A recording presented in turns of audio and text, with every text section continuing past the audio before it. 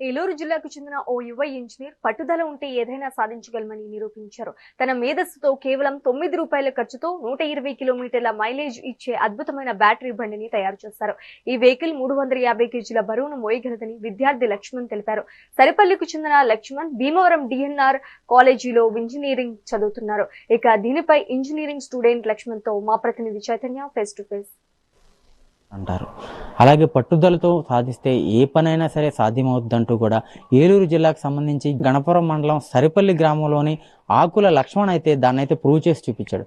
ప్రస్తుతం మనం సరిపల్లి గ్రామంలో ఉన్నాం. ఆకుల లక్ష్మణ్ అయితే engineering third year CSC DNR కాలేజీలో చదువుతున్నాడు. అయితే తన పట్టుదలతో ఒక ఎలక్ట్రిక్ బైక్ని అయితే తయారు చేసిన పరిస్థితి అయితే ఉంది. ప్రస్తుతం మనం విజువల్స్లో ఆ బైక్నే చూస్తున్నాం. అయితే మామూలుగా కూడా ఈ ఎలక్ట్రిక్ బైక్స్ ఏదైతే ఉంటాయో అయితే కూడా 150,000 వరకు కూడా ప్రస్తుతం మార్కెట్లో ఉన్న పరిస్థితి అయితే ఉంది. అలాగే వాటికైతే అయ్యే ఖర్చు ఎక్కువగానే అవుతుంది. కానీ ప్రస్తుతం లక్ష్మణ్ అయితే సిఎస్సి థర్డ్ ఇయర్ చదువుతూ తను ఉదయం కాలేజీకి వెళ్ళి సాయంత్రం వచ్చి ఈ బైక్ని అయితే తయారు చేస్తాడని మనతో చెప్పిన పరిస్థితి అయితే ఉంది. ప్రస్తుతం ఈ బైక్ అంతా కూడా తయారు చేయడానికి అయిన ఖర్చు అయితే ₹95,000 అయిందని చెప్తున్నాడు. అలాగే దీనికి కావలసిన సరుకు అంతా కూడా ఇటు చైనా నుంచి కూడా తను ఇంపోర్ట్ చేసుకొని ఈ బైక్ని అయితే తయారు చేశానని చెప్తున్నాడు. ఒక యూనిట్ కరెంట్ ఖర్చు అవుతుంది. అలాగే ఒక యూనిట్ కూడా ₹9 ఖర్చు అవుతుంది. 120 కిలోమీటర్లు అయితే ఈ బండి మైలేజ్ వస్తుందని చెప్తున్నాడు. ప్రస్తుతం మనతో పాటు లక్ష్మణ్ అన్నాడు. లక్ష్మణ్ అడిగి అసలు ఈ బైక్ ఎలా తయారు చేశాడు ఏంటి అన్నది కూడా అతన్ని అడిగి తెలుసుకుందాం. నేను బీటెక్ ఫైనల్ ఇయర్ చదువుతున్నాను సార్. అదే ఏంటంటే ప్రజెంట్ ఉన్న ఎలక్ట్రికల్ బైక్స్ అన్ని ఈ బైక్స్ అన్ని 1 lakh అబౌవ్నే ఉన్నాయి సార్. ఏంటంటే మన మార్కెట్లో చూసినప్పుడల్లా స్కూటీసే ఉన్నాయి, పెద్ద బైక్స్ అనేది ఏమీ లేవు సార్. అంటే నేను స్టార్ట్ చేసినప్పుడు అందరూ స్కూటీస్లోనే డిఫరెంట్ వేరియంట్స్ ఉన్నాయి, కానీ బాయ్స్కి మాత్రం ఎలక్ట్రికల్ బైక్స్ లేవని చెప్పేసి ఇలా డిజైన్ చేశాను సార్. తర్వాత ఏంటంటే వచ్చిన మార్కెట్లో వచ్చిన బైక్స్ అన్నీ కూడా 1 lakh అబౌవ్నే ఉన్నాయి. సో నేను 1 lakh బిలో అయితే చేసి ఎక్కువ రేంజ్ తీసుకురావాలని చెప్పేసి ఫుల్ సేఫ్టీలో అయితే ఉండాలని చెప్పేసి ఈ బైక్ అయితే డిజైన్ చేశాను. మార్నింగ్ కాలేజ్కి వెళ్ళి నైట్ టైం వచ్చేసి నైట్ అంతా ఈ వర్క్ చేసేవాడిని. ఇలా 2 years కష్టపడి ఈ బైక్ అయితే డిజైన్ చేశాను సార్. ఎప్పుడు స్టార్ట్ చేసి ఈ బైక్ని? ఈ బైక్ నేను 2021లో స్టార్ట్ చేశాను సార్. అంటే ఈ బైక్ తయారు చేయడానికి ఈ మెటీరియల్ ఇదంతా కూడా ఎక్కడ ఉపయోగించో, ఎక్కడి నుంచి ఇంపోర్ట్ చేసావు దీన్ని?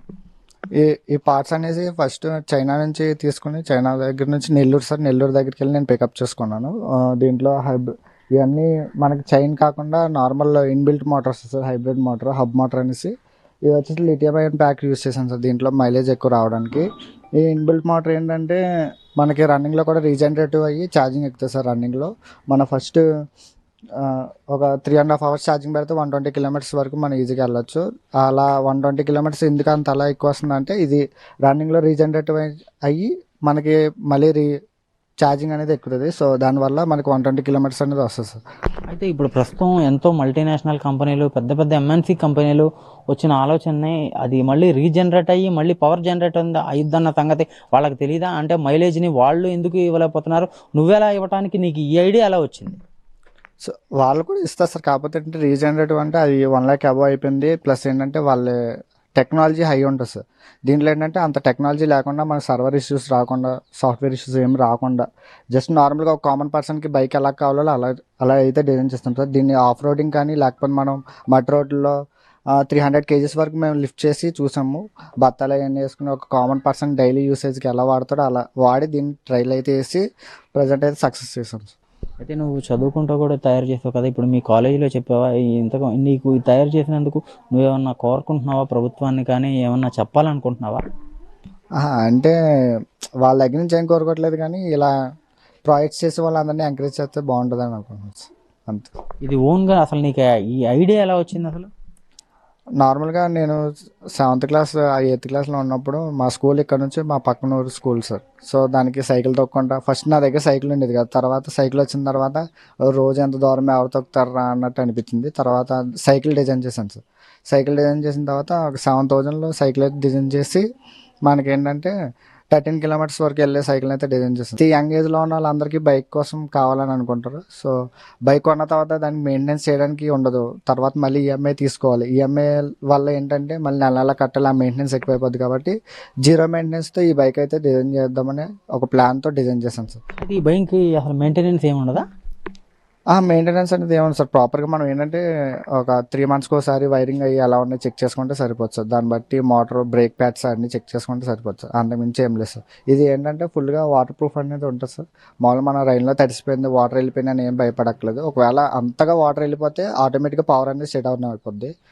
అంటే ఇప్పుడు ఎలక్ట్రికల్ బైక్స్కి ఇప్పుడు చాలా వరకు వచ్చే ప్రాబ్లమ్స్ ఏంటంటే వాటర్లో తడిసినప్పుడు, లోపల పార్కింగ్లో ఉన్నప్పుడు సమ్ కంపెనీస్ ఉన్నాయి, కొన్ని కంపెనీస్ అవి కాలిపోయినాయి అని చెప్పి ఈ మధ్య కాలంలో చాలా కూడా మన వార్తల్లో చూసాం.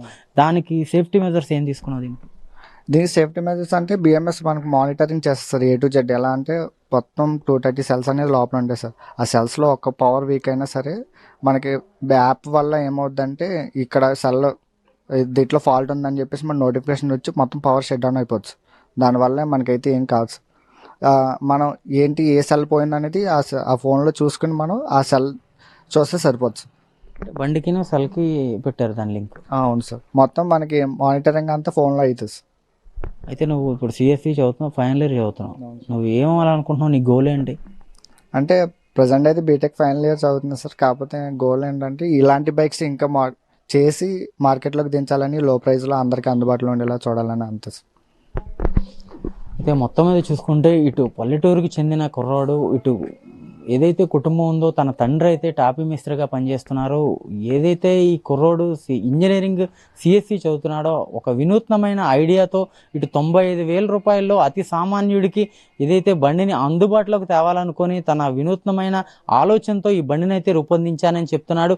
ముందు తరాలకి ఏదైతే ఉందో మొత్తం సేఫ్టీ మెజర్స్ అన్ని కూడా తీసుకొని ఎటువంటి ప్రమాదాలు జరగకుండా, ప్రస్తుతం వస్తున్న ఎలక్ట్రికల్ బైక్స్ ప్రమాదాలు జరుగుతున్న నేపథ్యంలో వాటిలన్నిటికీ కూడా ప్రమాదాలు జరుగుతున్నాయి. బండి పడిపోయినప్పుడు కూడా ఇటు సెల్ ఫోన్కి అయితే అలారం వస్తుందని చెప్పి ఎటువంటి ప్రమాదాలు జరగవు, అతి తక్కువ ఖర్చుతో ఇటు పల్లెటూరులో వాడుకునేటికి కూడా సామాన్యుడికి అందుబాటులో ఉండే విధంగా కూడా తను రూపొందించానని చెప్పే పరిస్థితి అయితే ఉంది. కెమెరా పర్సన్ రమణతో చైతన్య, మెగా 9 టీవీ, ఏలూరు.